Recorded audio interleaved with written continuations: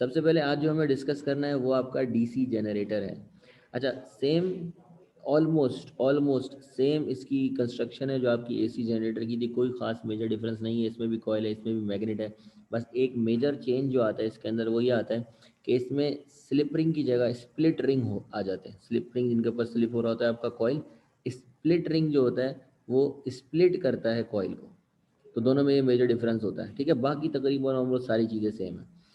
इसके अंदर जो दूसरा डिफरेंस है वो ये, अगर हम कहें डिफरेंस के एतबार से, तो एक तो ये भी डिफरेंस कह सकते हैं कि इसके अंदर अल्टरनेटिंग करंट प्रोड्यूस हो रहा होता है ना, two way directional current produce हो रहा होता है, ठीक है। पहले मैं करीब आ जाता हूँ। और इसके अंदर two way directional current produce हो रहा होता है, जबकि डीसी के अंदर सिंगल डायरेक्शन करंट प्रोड्यूस हो रहा होता है, यानी कि डीसी करंट प्रोड्यूस हो रहा होता है। और एसी के अंदर अल्टरनेटिंग है। नाम से भी पता चल रहा है कि एसी जनरेटर है तो एसी प्रोड्यूस करेगा, डीसी जनरेटर है तो डीसी प्रोड्यूस करेगा। तो एसी जनरेटर में एसी करंट इसलिए प्रोड्यूस होता था कि डायरेक्शन ऑफ करंट जो है ना वो रिवर्स हो जाती थी। कैसे रिवर्स हो जाती थी, अगर आप याद करें, मैग्नेटिक फील्ड के अंदर अगर मेरे पास ये नॉर्थ पोल है, ये साउथ पोल है, तो ये वाला कंडक्टर इस तरह है और ये वाले कॉइल की जो साइड है इस तरह है, और दूसरी साइड ऑफ कॉइल जो मैं बनाता हूँ वो इस तरह बनाता हूँ। दो कॉइल मतलब एक ही कॉइल है लेकिन इसकी दो साइड मैंने बनाया। अब देखिए, अगर करंट सपोज करो इस वाली साइड से इस तरह फ्लो करेगा और इस वाली साइड से इस तरह फ्लो करेगा, तो देखो होगा क्या। रेड वाले साइड के ऊपर, रेड वाला जो आपको नज़र आ रहा है वायर, इसके ऊपर करंट इस डायरेक्शन में फ्लो कर रहा है, ठीक है। और ग्रीन वाले में डाउनवर्ड डायरेक्शन में फ्लो कर रहा है। अब जब ये कॉइल रोटेट होगा और ग्रीन वाला इस साइड पे आ जाएगा, तो ग्रीन वाले वायर में अब ऊपर करंट फ्लो करेगा और रेड वाला इधर आ चुका है, रेड में इधर। तो कॉइल की साइड वही है, ये वाली साइड वही है, लेकिन इसमें एक बार करंट ऊपर फ्लो करता है, अगली बार नीचे फ्लो करता है। हमें इस चीज़ को रोकना है। हमें एक ही मतलब रेड में ऊपर ही जा रहा है तो ऊपर ही जाता रहे करंट, ग्रीन में नीचे आ रहा है तो नीचे ही आता रहे। हमें इस चीज़ को रोकना है। इसके लिए हम स्प्लिट रिंग का इस्तेमाल करते हैं। इसको बेस्ट एक्सप्लेन तो ज़ाहिर है हम वीडियो से ही कर सकते हैं। वीडियो के अंदर बाकायदा वर्किंग के साथ उसने एक्सप्लेन किया हुआ एक वीडियो मैंने निकाली है, वो मैं आपको शो कर दूंगा। लेकिन बहरहाल इसकी वर्किंग अगर देख लें तो वर्किंग का फिनोमिना बिल्कुल सेम है जो आपका एसी जनरेटर का है। वही कॉयल को मैग्नेटिक फील्ड के अंदर रखते हैं, उसे घुमाते हैं तो उसके अंदर करंट प्रोड्यूस होता है। लेकिन करंट की डायरेक्शन को रिवर्स होने से बचाने के लिए हम क्या करते हैं, हम कॉम्यूटेटर का इस्तेमाल करते हैं, जिसको स्प्लिट रिंग भी कहा जाता है। जिसकी वजह से होता यह है कि एक साइड ऑफ अ कॉयल के ऊपर एक ही डायरेक्शन के ऊपर करंट फ्लो करता है, और यूनी डायरेक्शन की वजह से एसी करंट नहीं बल्कि डायरेक्ट करंट प्रोड्यूस होता है, ठीक है। डायग्राम का डिफरेंस देखें तो डायग्राम में देखें सिर्फ जो मेजर डिफरेंस है वो क्या है, सब कुछ सेम नज़र आ रहा है, सिर्फ एक डिफरेंस आपको नज़र आ रहा होगा। एक साइड पे लिखा हुआ है स्लिप रिंग और दूसरी साइड पे लिखा हुआ है स्प्लिट रिंग और कॉम्यूटेटर। तो ये दोनों में मेजर डिफरेंस देखिए। स्प्लिट रिंग आपको स्प्लिट होते हुए भी नज़र आ रहे हैं, जब ये घूमते हैं ना तो ये स्प्लिट हो जाते हैं, स्प्लिट होते हुए भी आपको नज़र आ रहे होंगे, ठीक है। पीछे वाली स्लाइड ये,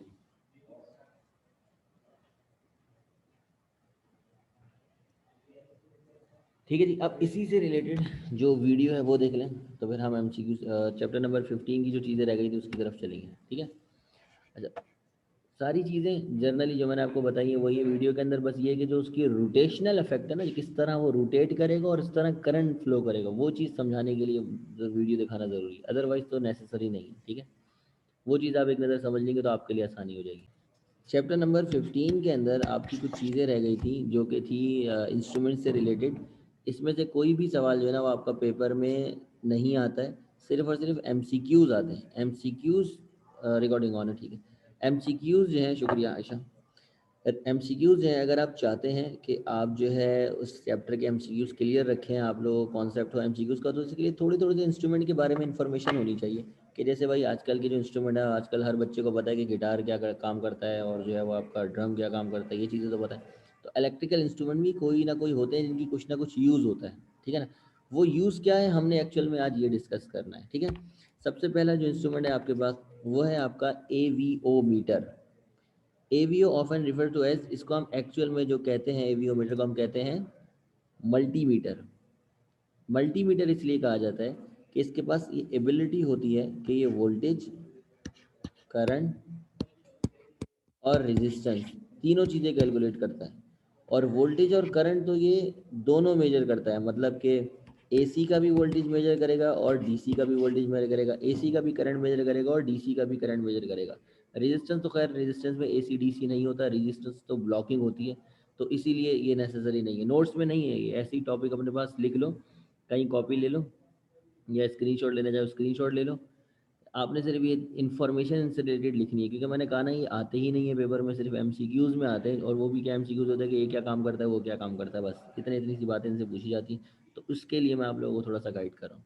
तो अगर आपसे पूछा जाए कि AVO मीटर यानी कि मल्टीमीटर जो है वो क्या क्या चीज़ें मेजर कर सकता है, तो वो वोल्टेज मेजर कर सकता है, करंट भी मेजर कर सकता है, रेजिस्टेंस भी मेजर कर सकता है, और आजकल तो ऐसे भी मल्टीमीटर आ रहे हैं जो कैपेसिटेंस भी मेजर कर सकते हैं, इसके अलावा इंडक्टेंस भी मेजर कर सकते हैं। तो बहुत सारे टाइप्स के आपके मल्टीमीटर आ रहे हैं आजकल मार्केट के अंदर, लेकिन जनरली ये एक मल्टी टैलेंटेड डिवाइस है, यू सपोज कर लें मल्टीमीटर। और ये डिजिटल मल्टीमीटर मैंने आपको दिखाया, इसका एनालॉग भी होता है।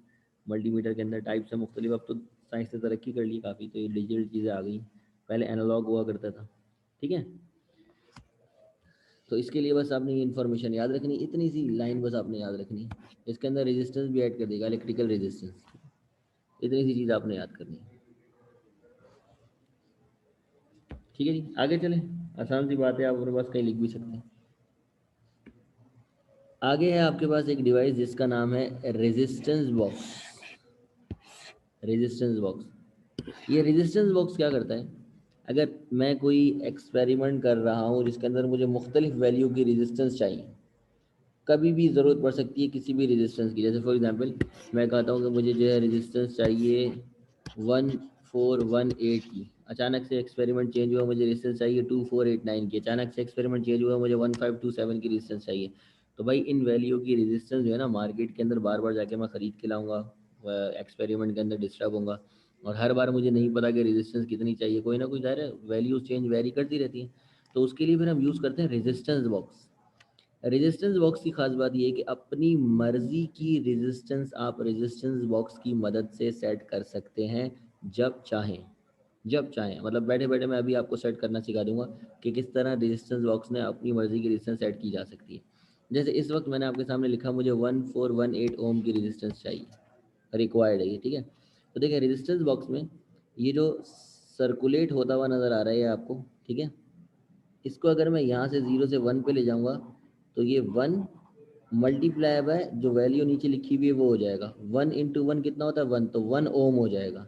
तो इसको यहाँ ले जाने से मेरे जो बॉक्स है उसकी रेजिस्टेंस 1 ओम हो जाएगी, यहाँ ले जाने से इसकी रेजिस्टेंस 2 ओम हो जाएगी, यहाँ ले जाने से इसकी रेजिस्टेंस 3 ओम हो जाएगी। ठीक है, अब मैं इसको वापसी 0 पे ले आता हूँ, अब इसको चेक करते हैं। इसको जब मैं यहाँ से यहाँ 1 पे लेकर जाऊँगा तो इसकी रेजिस्टेंस कितनी हो जाएगी, मल्टीप्लाई बाय 10, तो 1 10 10 10 ओम हो जाएगी। जब यहाँ लेके जाऊँगा 20 ओम, यहाँ लेके जाऊँगा 30 ओम, यहाँ लेके जाऊँगा 40 ओम। ठीक है, सिमिलरली यहाँ पे देखें, यहाँ 100 का चेंज आ रहा है, यहाँ पर देखें तो 1000 का चेंज आ रहा है, यहाँ पर देखें तो 10,000 का चेंज आ रहा है, यहाँ पर देखें तो 100,000 का चेंज आ रहा है।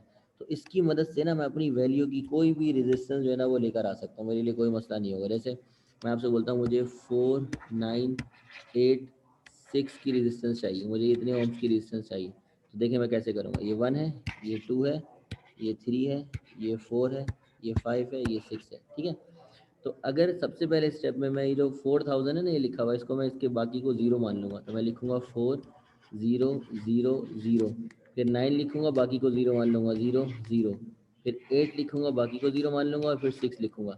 आप इन सबको जमा करें, आंसर आपको यही आएगा। ठीक है ना, आंसर तो चेंज नहीं होगा। तो इससे पता चलता है कि मुझे 4000 की रेजिस्टेंस चाहिए। 4000 कैसे ला सकता हूँ, देखो ये जो 4 वाला बॉक्स है इसको कहाँ पे ले जाऊँ, 0 1 2 3 4, इसको 4 पे ले जाऊँ, यानी कि 4 वाला जो बॉक्स है उसको ले जाऊँगा 4 पे। अब मुझे इसके पास चाहिए 900 की, 100 वाला बॉक्स कहाँ पे ले जाऊँगा घुमा के 9 पे, तो इसका मतलब जो मेरा बॉक्स नंबर 3 है वो कहाँ चले जाएगा 9 पे।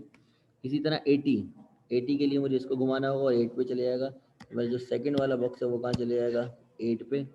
और एट द लास्ट 6 ओम की रेजिस्टेंस चाहिए, तो पहला वाला बॉक्स मैं ले जाऊँगा 6 पे, तो इसका मतलब पहला वाला बॉक्स की पोजीशन हो जाएगी 6।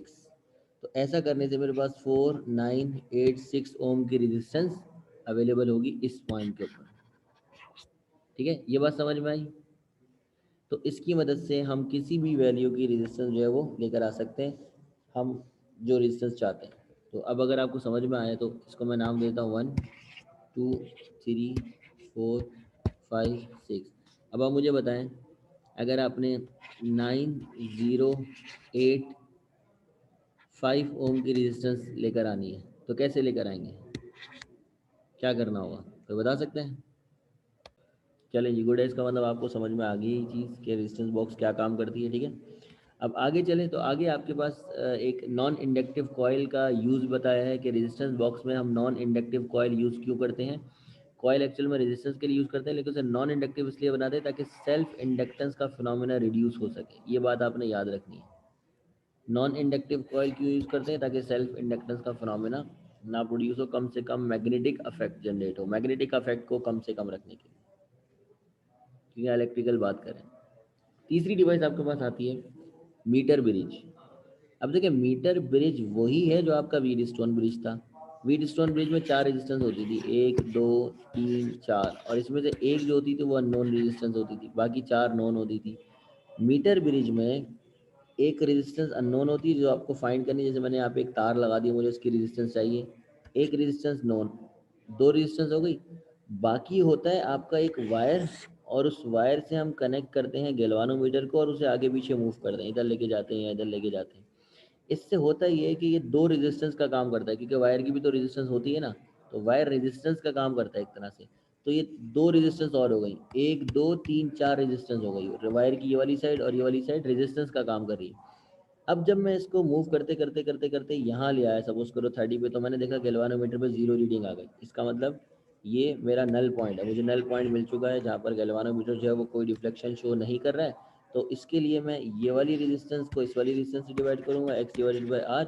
यहाँ पर रेजिस्टेंस तो है नहीं, यहाँ पे पोजीशन है, यानी कि यहाँ से लेके यहाँ तक का डिस्टेंस और यहाँ से लेके यहाँ तक का डिस्टेंस, तो यहाँ डिस्टेंस को डिवाइड कर दूंगा, यानी कि 30 डिवाइडेड बाय यहाँ पे कितना हो जाएगा 70, इस तरह।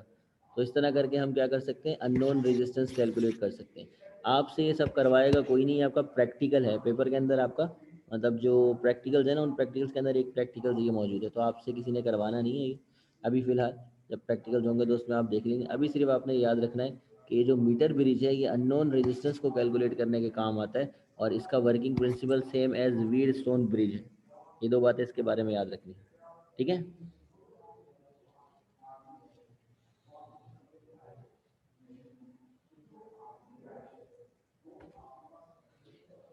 अच्छा जी, इसके बाद आता है आपके पास पोटेंशियोमीटर।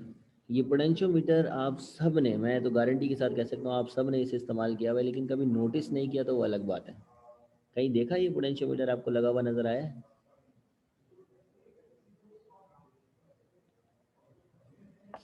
इंडक्टेंस वाली स्लाइड दोबारा दिखाएं, उसमें सिर्फ एक लाइन ही तो याद करनी थी, क्या इतनी डिटेल। हमें से कहती है नहीं, क्या नहीं, कभी यूज़ नहीं करा आपने? अगर मैंने बता दिया आपने यूज़ करा है तो, जब विजय ने बता दिया। Hard day, hard day, hard day क्या होता है? लॉक में भी नहीं होता। ये जो पोटेंशियोमीटर होता है ना, ये आप यूज़ करते हैं पंखे का जो रेगुलेटर है ना, उसके अंदर ये लगा हुआ होता है। इसी तरह जो स्पीकर्स है ना, स्पीकर्स के अंदर आप वॉल्यूम को कम या ज़्यादा करते हैं, घुमाते हैं वॉल्यूम को कम या ज़्यादा करने के लिए। अगर इस तरह के स्पीकर्स आपके पास है तो उस पर भी पोटेंशियोमीटर लगा हुआ होता है। एक्चुअल में पोटेंशियोमीटर रेजिस्टेंस को कंट्रोल करता है, ये वेरिएबल रेजिस्टेंस का काम करता है, रेजिस्टेंस को कम ज़्यादा करता है। इसकी रेजिस्टेंस को कम ज़्यादा करने से होता क्या है, अगर इसकी रेजिस्टेंस आप बढ़ाना शुरू करेंगे तो एक करंट को ब्लॉक करेगा। करंट ब्लॉक होगा तो पंखे के पास करंट पहुंच नहीं सकेगा, वो स्लो मूव करने लगेगा। तो जितना ज़्यादा इसको हम रोटेट करते जाते हैं, इसकी रेजिस्टेंस जो है वो बढ़ती रहती है। और याद रहे, जिसकी रेजिस्टेंस ज़्यादा होती है ना, उसकी जो एक्यूरेसी है उस पोटेंशियोमीटर की वो ज़्यादा होती है। तो एक चीज़ आप याद कर लीजिएगा, ये भी एमसीक्यूज़ के लिए, कि अगर आपके पास पोटेंशियोमीटर है, उसके अंदर वायर लगा हुआ है, ठीक है, वायर से बना है, तो वायर की जो लेंथ है, ठीक है, उसका ताल्लुक एक्यूरेसी से है। अगर मैं वायर की लेंथ को बढ़ाऊंगा तो एक्यूरेसी बढ़ेगी, वायर की लेंथ को कम करूंगा तो एक्यूरेसी कम होगी। मैं वायर की लेंथ को बढ़ाऊंगा तो रेजिस्टेंस बढ़ेगी, वायर की लेंथ को कम करूंगा तो रेजिस्टेंस कम होगी। बस ये बात आपने याद रखनी है पोटेंशियोमीटर से रिलेटेड एमसीक्यूज में, और ये वेरिएबल रेजिस्टेंस का काम करती है, ये बात भी आपने जान लें कि पोटेंशियोमीटर क्या है आपका, वेरिएबल रजिस्टर है। लेकिन ये अपनी मर्जी की वैल्यू पे हम नहीं सेट कर सकते, हमें नहीं पता है किस वैल्यू पे चले जाएगा, हमें चेक करना पड़ेगा। जैसे रेजिस्टेंस बॉक्स में तो हम अपनी मर्जी की वैल्यू लेके आ सकते हैं ना, इसमें बस घुमा के रेजिस्टेंस चेंज तो करे, लेकिन हमें पता नहीं है कि हमने कितना पंखा नहीं चेक करते कितना स्लो हो गया कितना ज़्यादा हो गया, खुद ही हमें क्या पता। तो वो उसी हिसाब से चेंज हो जाता है, ठीक है ना। आजकल तो खैर चला ही नहीं होंगे पंखे। अगला जो आपके पास MCQs आ जाते हैं स्टार्ट में, लेकिन उससे पहले एक और डिवाइस के बारे में मैं आपको बता दूं। रियोस्टेट जो आपकी होती है वो एक डिवाइस होती है जो कि इस तरह का कॉइल होता है। कॉइल का ये वाला एंड कनेक्ट होता है एक पॉइंट से, ये वाला एंड, और बीच में जो एक पॉइंट होता है ना, वो उस पॉइंट को ये मूव करवाते हैं लेफ्ट एंड राइट। उससे होता ये कभी ये वाला कॉइल ज़्यादा हो जाता है, कभी ये वाला कॉइल ज़्यादा हो जाता है। तो जो साइड ज़्यादा हो जाएगी वहाँ की रेजिस्टेंस ज़्यादा हो जाएगी, जो साइड कम हो जाएगी वहाँ की रेजिस्टेंस कम हो जाएगी, R1 R2। तो ये पोटेंशियल को डिवाइड कर देता है। पोटेंशियल इधर का ज़्यादा हो गया, कभी इधर का, कभी इधर का ज़्यादा। क्यों? क्योंकि अगर मैं इसको घुमा के इस वाले पॉइंट को यहाँ ले गया सपोज करो, तो यहाँ पे अब 2 टर्न है और यहाँ पे इतने सारे टर्न है, तो यहाँ पे रेजिस्टेंस ज़्यादा होगा, यहाँ पे रेजिस्टेंस कम हो गई, तो पोटेंशियल भी फिर डिवाइड हो जाएगा। यहाँ का पोटेंशियल अलग होगा, यहाँ का पोटेंशियल अलग होगा। ये रियोस्टेट का काम है, ठीक है। अब आ जाए MCQs की तरफ। इस डिवाइस का नाम लिख दें, यह भी आ जाएगा MCQs में आ जाएगा। सबसे पहले पहला MCQs जो आपको नहीं समझ में आया वो आप मुझसे पूछें, लेकिन कोशिश ये करें कि सारे MCQs के आंसर्स आप लोगों ने खुद बनाने हैं। पहला MCQs, N instrument which can measured and compare. एक मिनट, एक स्लाइड आ गया। Non-inductive coil in a resistance box is used to minimize। Non-inductive coil हम resistance box में किस लिए यूज करते हैं, किस चीज को मिनिमाइज करता है वो?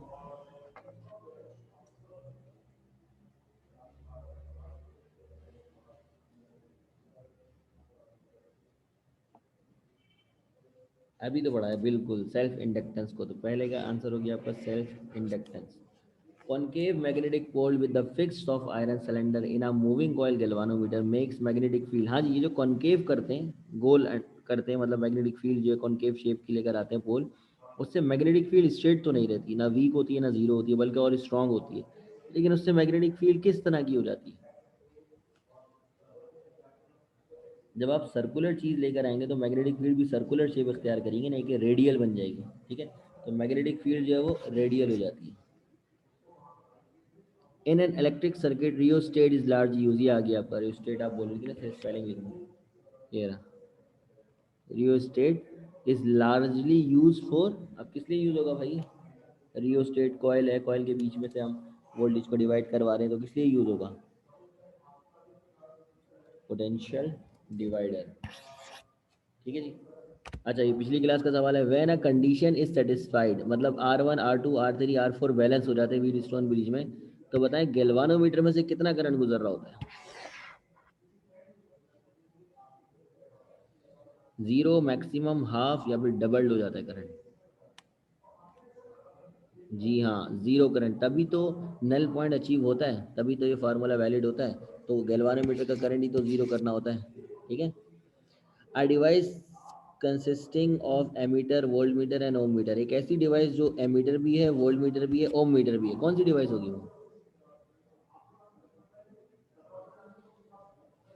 मल्टीमीटर। मैटर लिखा हुआ से मीटर है, मल्टीमीटर, क्योंकि वो हर चीज़ मेजर कर सकता है, ठीक है। मल्टी टैलेंटेड, तीन तीन चीज़ें मेजर करना।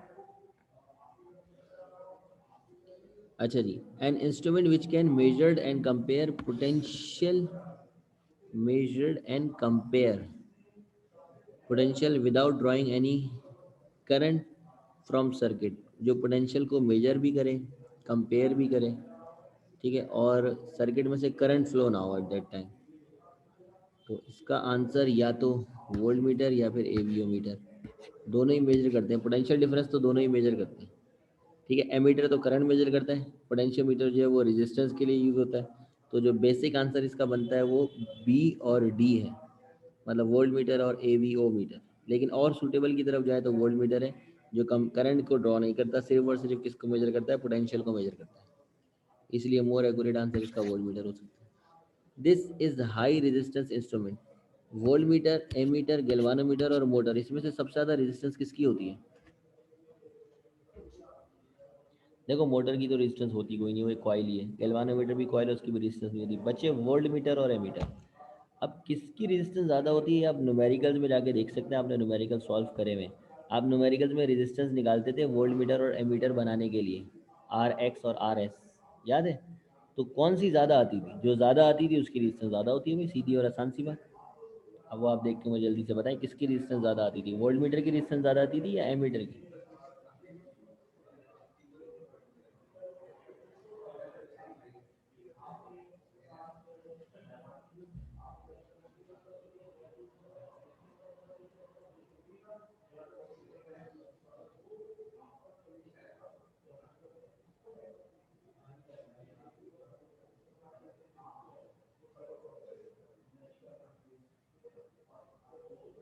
आर एक्स अबीरा कह रही है ज़्यादा आती थी, तो आर एक्स वोल्ट मीटर की होती थी या एमीटर की होती थी?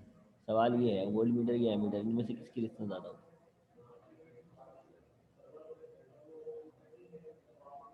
याद वाद नहीं रहता, भूल भूल जाते हो आप लोग।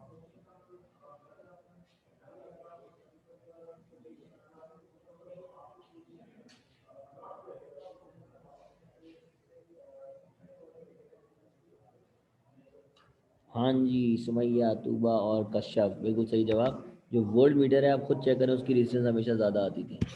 ठीक है। Meter bridge is use to measure, हाँ जी, मीटर ब्रिज से क्या मेजर कर सकते हैं? मीटर ब्रिज मतलब व्हील स्टोन ब्रिज, क्या मेजर कर सकते हैं?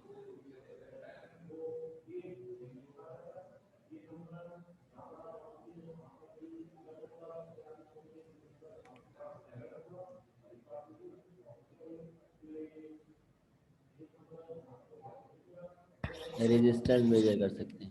ठीक है। वन वाले में दो ऑप्शन मार्क करने हैं, वन वाले में वोल्ट मीटर रख लेना बस। हाँ, इससे ऊपर वोल्ट मीटर ज़्यादा बेटर है। अच्छा, एवीओ मीटर से क्या यूज़ करते हैं भाई? करंट, वोल्टेज, रेजिस्टेंस या फिर सभी कुछ? AVO meter, all of these. ठीक है जी। If the length of a wire of a potentiometer is increase, जिससे उसकी रेजिस्टेंस इंक्रीज होगी, तो accuracy in determination of the null point, null point के साथ क्या होगा? नल पॉइंट डिटरमाइन करना आसान होगा, मुश्किल होगा? जाहिर सी बात है इंक्रीज होगा नल पॉइंट, क्योंकि रेजिस्टेंस बढ़ जाएगी तो और आराम से नल पॉइंट हम इंक्रीज डिटरमाइन कर सकते हैं। तो ये आपके चैप्टर नंबर 15 के शॉर्ट टॉपिक्स भी रह गए आपके, हो गए आपके, और आपके एमसीक्यूज भी कवर हो गए। ठीक है जी। कोई प्रॉब्लम चैप्टर नंबर 15 में तो आप पूछ सकते हैं। बाकी इसके अलावा मैंने सोचा था कि एक दो न्यूमेरिकल जो एक्स्ट्रा है वो मैं आपको डिस्कस कर लें, क्योंकि हमारे पास अच्छा खासा टाइम है। वो है चैप्टर नंबर 14 के न्यूमेरिकल्स। एक न्यूमेरिकल थोड़ा सा हटके भी, वो आपको सॉल्व भी करवाना है। ठीक है। बाकी न्यूमेरिकल तो तकरीबन आसान है, सिर्फ मैं आपको हिंट देता जाऊँगा, आप लोग सॉल्व करके मुझे आंसर बताते जाइएगा। ठीक है। ये टॉपिक हमने अभी पढ़ा है, जो कि एसी जनरेटर का टॉपिक है। इसका अगर हम डेटा बनाएं, ठीक है, तो मैं डायरेक्ट आपको सॉल्व करवा रहा हूँ। 400 टन्स एसी जनरेटर, दो बातों से मुझे पता चल गया टॉपिक क्या है। टेस्ट में एमसीक्यूज यहीं से आएंगे ज़्यादातर। डेटा में नंबर ऑफ टर्न्स आपको दिए हुए 400। ठीक है। कह रहा है एरिया, डेल ए बोल दे, एरिया बोल दे, बात एक ही है। एरिया आपको दिया हुआ है 0.1 मीटर स्क्वायर। फिर आपसे कहता है magnetic field, magnetic field B होती है, कितनी दी हुई है आपको? 50 tesla. In order to generate the maximum voltage, V max generate हो रहा है और वो कितना है? 220 volt. How fast must the coil be rotating, angular speed मालूम करनी है, लेकिन एंगुलर स्पीड की यूनिट होनी चाहिए रेवोल्यूशन पर सेकंड में। ये सेम क्वेश्चन मैंने आपको कराया हुआ है, जिसके अंदर बस वैल्यूज़ अलग हैं, सवाल बिल्कुल सेम है। क्योंकि ये एसी जनरेटर का टॉपिक है, तो एसी जनरेटर वाला यहाँ पे न्यूमेरिकल में जो फार्मूला हमने ड्राइव किया था वो लगेगा। वो फार्मूला याद करने का तरीका क्या था? नवाब, NAWB। यहाँ से आपने W निकालना है और उसे रेवोल्यूशन पर सेकंड में कन्वर्ट भी करना है। तो जल्दी से न्यूमेरिकल सॉल्व करके मुझे आंसर बताइए, ताकि हम लोग आगे चलें। कैसे कन्वर्ट करना है ये मैं नहीं बताऊंगा, ये मैं बता चुका हूँ। अच्छा, अब जो अगला सवाल है ना, वो थोड़ा इंटरेस्टिंग है। देखिए, सवाल के अंदर कह रहा है एक आपके पास वायर है, उस वायर में से करंट गुजर रहा है। डेटा के अंदर मैंने लिख दिया कि मेरे पास एक वायर है, इसमें से करंट गुजर रहा है आई 6.25 ampere, is maintained in a long straight conductor by source, calculate the force पर मीटर। फोर्स पर मीटर का मतलब मालूम है क्या हो गया? फोर्स होती है एफ और मीटर होती है लेंथ की यूनिट, तो फोर्स अपॉन एल आपने कैलकुलेट करना है। फोर्स पर यूनिट लेंथ 0.015 आपका आंसर है। आंसर बता दिए कश्यप, 0.0175। ठीक है। फोर्स पर यूनिट लेंथ आपने कैलकुलेट करनी है। Of a similar parallel conductor in air at a distance of, एक और कंडक्टर है इसी के साथ जो कितनी दूर है, जो कि 0.5 मीटर दूर है। तो मैंने डिस्टेंस लिख दिया 0.5 मीटर। रेडियल डिस्टेंस इसलिए लिया है क्योंकि आपको मालूम है जब करंट गुजरता है तो करंट की वजह से मैग्नेटिक फील्ड प्रोड्यूस होती है, उस मैग्नेटिक फील्ड की वजह से इसके ऊपर फोर्स लगेगी। तो रेडियल डिस्टेंस लिया है मैंने यहाँ पे इसीलिए। फर्स्ट जो पहला वाला है वो करंट कितना कैरी करता है, 2 एम्पेयर का करंट वो कैरी कर रहा है। तो ये वाला है जो वो 6.25 एम्पेयर करंट कैरी कर रहा है। तो आपको बताना ही है कि a current of 6 is maintained along a straight conductor by a source, calculate the force on a similar parallel conductor in air at a distance of 0 from the first and carrying a current of 2 ampere. जो first है इसकी वजह से इसके ऊपर कितना force लग रही है जो कि करंट कैरी कर रहा है 2 एम्पेयर का। पिछले न्यूमेरिकल का आंसर बताया तो 0.0175 फ्रॉम ऐसा। अब इसके लिए सबसे पहले तो हमें करना होगा, इसको कह दिए करंट 1 और इसको कह दिए करंट 2 जो कि 2 एम्पेयर है। देखो ये वाला जो करंट है ये प्रोड्यूस कर रहा होगा मैग्नेटिक फील्ड और वो मैग्नेटिक फील्ड इसके ऊपर फोर्स लगा रही होगी, ठीक है। ये वाला करंट प्रोड्यूस कर रहा होगा मैग्नेटिक फील्ड, वो मैग्नेटिक फील्ड इस वाले करंट के ऊपर फोर्स लगा रही होगी। तो किस तरह हम दो चीज़ों को लिंक कर सकते हैं, पहले मैं इसकी वजह से जो मैग्नेटिक फील्ड प्रोड्यूस हो रही है वो कैलकुलेट करता हूँ। उसका फार्मूला हमें बायोट एंड सॉर्ट ने दिया था कि मैग्नेटिक फील्ड का फार्मूला होता है mu naught I divided by 2 pi R. Magnetic field 1 हो जाएगी, पहले वाली की वजह से प्रोड्यूस हो रही है। अगर मैं करंट भी पहला वाला ले लूँ, डिस्टेंस तो आर है, आर डिस्टेंस तो सेम रहेगा, कितनी दूर मालूम करना है। तो पहला वाला फार्मूला तो ये हो गया, ठीक है। मैग्नेटिक फील्ड जो कि प्रोड्यूस हो रही है पहले वाले कंडक्टर की वजह से जिसमें से करंट I1 गुजर रहा है, वो उसके ऊपर फोर्स लगा रहा है। तो फोर्स का फार्मूला क्या है, जो कंडक्टर के ऊपर फोर्स लगती है, force on a conductor when placed in a magnetic field, वो होता है बिल साइन थीटा। अच्छा, साइन थीटा लेने की जरूरत नहीं है क्योंकि मैग्नेटिक फील्ड इस तरह है। तो पैरेलल अगर वायर अगर पैरेलल है ना तो इसकी मैग्नेटिक फील्ड इसके पास जब पहुंचेगी तो परपेंडिकुलर ही होगी, 90 डिग्री के एंगल पे ही होगी। तो एंगल तो 90 होगा, तो वो साइन 90 लेने की जरूरत नहीं है, ठीक है। बिल ले लेते हैं सिर्फ। लेकिन याद ये रहे कि ये I2 है, इसके ऊपर से जो करंट गुजर रहा है वो I2 है, इस कंडक्टर में से जो करंट गुजर रहा है वो I2 है, ठीक है। तो फोर्स पर यूनिट लेंथ के लिए इसको कर देंगे F divided by L is equal to, और मैग्नेटिक फील्ड V1 हो जाएगी। मैग्नेटिक फील्ड तो इसकी वजह से प्रोड्यूस हो रही है ना, इसकी मैग्नेटिक फील्ड में ये वाला कॉइल गया है तो इसकी मैग्नेटिक फील्ड V1 है, और I2 गया है तो I2। B की जगह मैं क्या रख सकता हूँ, देखो mu naught I1 divided by 2 pi R और I2 एज इट इज।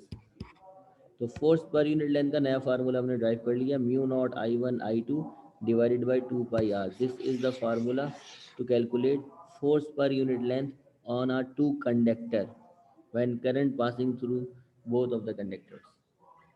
तो इस फार्मूले में आप सिर्फ वैल्यूज पुट करनी है, सिर्फ फार्मूला ड्राइव करना कॉम्प्लिकेटेड था, वैल्यूज पुट करेंगे आपका आंसर आ जाएगा। आंसर बताएं मुझे क्या आ रहा है वैल्यूज कैलकुलेट करने के बाद आराम से। हाँ जी, यूनिट क्या होगी इसकी, जी हाँ 5 मल्टीप्लाई बाई 10⁻⁻6 करेक्ट आंसर है।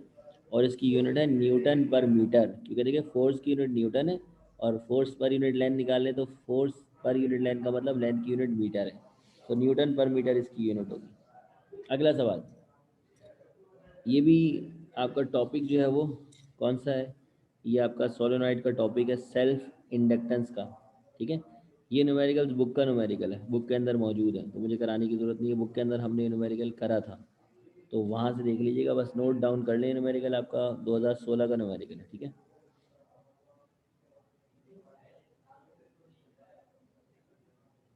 पूरा पूरा बुक का न्यूमेरिकल है, मुझे तो लगता है शायद वैल्यूज़ भी सेम है, वैल्यूज़ के अंदर थोड़ा सा चेंज किया।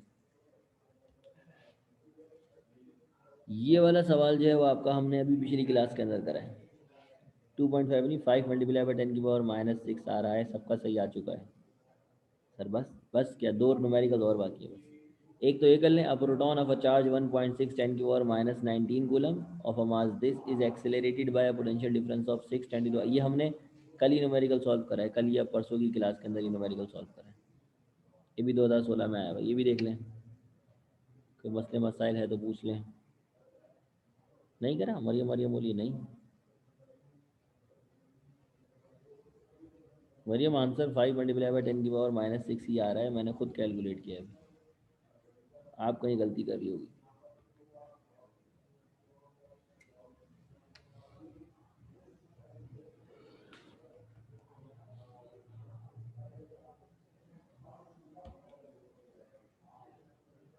इसके बाद दोबारा थोड़ा सा अलग तरीके का न्यूमेरिकल, ये आप लोगों का एज अ टेस्ट है। सर आपने कहा था कि सिर्फ 2 क्वेश्चन करने हैं। कराए तो देखो मैंने 2 ही हैं अभी तक, बाकी तो मैं आप लोगों को बता रहा हूँ कि आप लोगों ने करना है। बाकी क्लास एंड हो चुकी है, मतलब हो जाएगी, 10 मिनट है, 10 मिनट क्या हो जाए 10 मिनट में अगर आप थोड़े न्यूमेरिकल्स कर लोगे तो। ये वाला न्यूमेरिकल एक अल्टरनेटिव करंट जनरेटर का थोड़ा सा टिपिकल है, ये अगर कोई कर सकता है तो बताए। इसके अंदर एक मसला है छोटा सा कि उसने फ्रीक्वेंसी दी हुई है, मैंने आपको कहा था ना इस तरह का न्यूमेरिकल भी आता है, और ये 2017 और 2013 में आया हुआ है, तो हो सकता है इस साल के लिए इम्पॉर्टेंट भी हो, अगर ये रिड्यूस सिलेबस में रिड्यूस ना हो गया तो। बाकी इसको एक नज़र देख लें और सॉल्व करके मुझे बताएं इसका आंसर क्या आ रहा है। इसका डेटा वगैरह मैं कुछ नहीं बना रहा, आप लोग पहले बताएं, उसके बाद मैं इसको पूरा सॉल्व करवाऊँगा।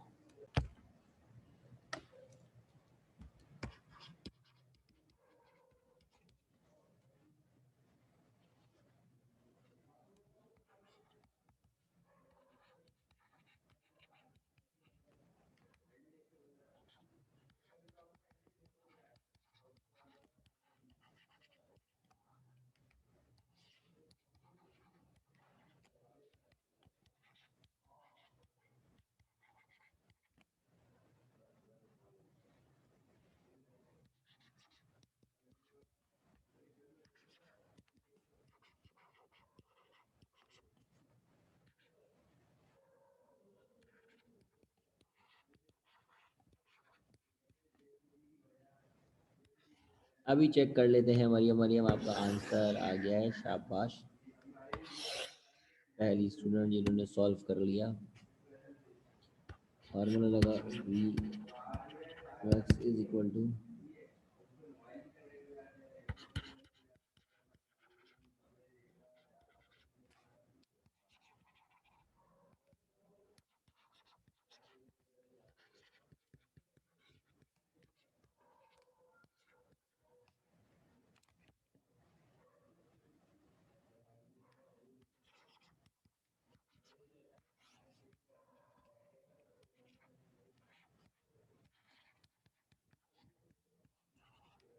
इस पूरे को आप सॉल्व करेंगे आपको पता चल जाएगा आंसर क्या आ रहा है। जी कश्यप का आंसर भी आ गया, ईसारा का आंसर भी आ गया है, शाबाश यही आंसर है, गुड, सबका सेम आंसर आया, तो 100 टन आपका आंसर हो गया। ठीक है, अब 5 मिनट है जिसके अंदर सवाल वगैरह आप लोगों ने कुछ पूछना है तो पूछ लीजिए। तो इसी के न्यूमेरिकल्स आगे भी बुक के अंदर मौजूद होंगे, वो भी देख लीजिए। न्यूमेरिकल्स में कुछ पूछना है तो वो पूछ लीजिए। वैसे ज़्यादातर आसान न्यूमेरिकल्स, जब न्यूमेरिकल्स का फार्मूला अगर आपके पास हो तो आपको आइडिया वैसे भी हो जाता है कि किस तरह सॉल्व करना है। असल टारगेट तो यही है कि टॉपिक समझ में आया हुआ है तो फार्मूला है, फार्मूला है तो फिर न्यूमेरिकल सॉल्व करने का मसला ही नहीं।